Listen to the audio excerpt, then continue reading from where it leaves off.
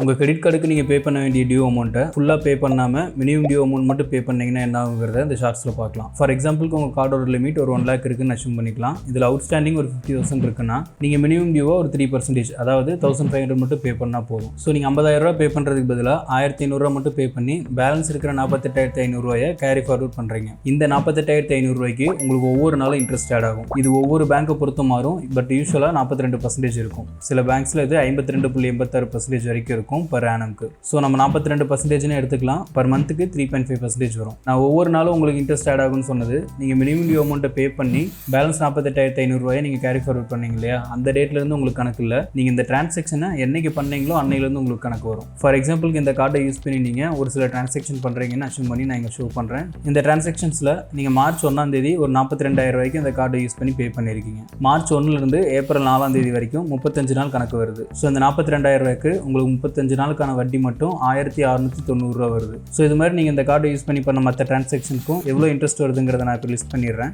So இந்த April 4ஆம் தேதி தான் உங்களோட டியூ டேட். இதில் தான் நீங்கள் இந்த 48,500 கேரி ஃபார்வர்ட் பண்ணீங்க. ஸோ இந்த ஏப்ரல் 5லேருந்து ஏப்ரல் 20ஆம் தேதி வரைக்கும் ஸோ நீங்கள் இந்த கேரி ஃபார்வர்ட் பண்ண டோட்டல் அமௌண்ட் 48,500 இந்த 15 நாளுக்கான இன்ட்ரெஸ்ட் 836.62 வருது. ஸோ டோட்டலாக இந்த கார்டை யூஸ் பண்ணி நீங்கள் பண்ண டிரான்சாக்ஷன்ஸ்க்கு ஏப்ரல் 20th அப்போ ஜென்ரேட் ஆகிற ஸ்டேட்மெண்ட்டில் 2,721.47 வட்டி மட்டும் வந்திருக்கும். இதுக்கு 18% ஜிஎஸ்டி ஆட் ஆகும். ஸோ டோட்டலாக இன்ட்ரெஸ்ட் ப்ளஸ் ஜிஎஸ்டி சேர்த்து 3,211.14 நீங்கள் பே பண்ண வேண்டியதாக இருக்கும். நீங்கள் பே பண்ண வேண்டிய 48,500 கூட இந்த 3,000 சில்லறை சேர்த்தனம்னா 51,711.34 நீங்கள் பே பண்ண வேண்டியதாக இருக்கும். ஸோ இதுக்கப்புறம் நீங்கள் இந்த கார்டை யூஸ் பண்ணி எந்த ஒரு டிரான்சாக்ஷன் பண்ணாலுமே உங்களுக்கு ஒவ்வொரு நாளுக்கும் வட்டி ஆட் ஆகிட்டே தான் வரும். பொதுவாக ஒரு கிரெடிட் கார்டில் 45லேருந்து 50 நாள் ஃப்ரீ கிரெடிட் பீரியட் கொடுப்பாங்க. அதுக்கு நீங்கள் இனிமேல் எலிஜிபிள் ஆக மாட்டீங்க. நீங்கள் எந்த ஒரு டிரான்சாக்ஷன் பண்ணாலும் அதுக்கு இனிமேல் உங்களுக்கு வட்டி வந்துக்கிட்டே தான் இருக்கும். இந்த டியூ அமௌண்ட்டை நீங்கள் ஃபுல்லாக பே பண்ணி முடிக்கிற வரைக்கும்.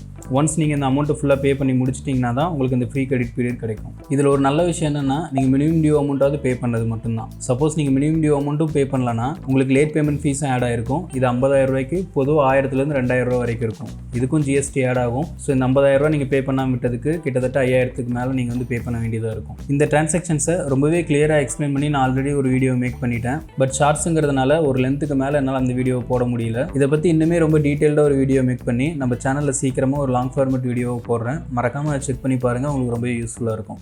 தேங்க்ஸ்.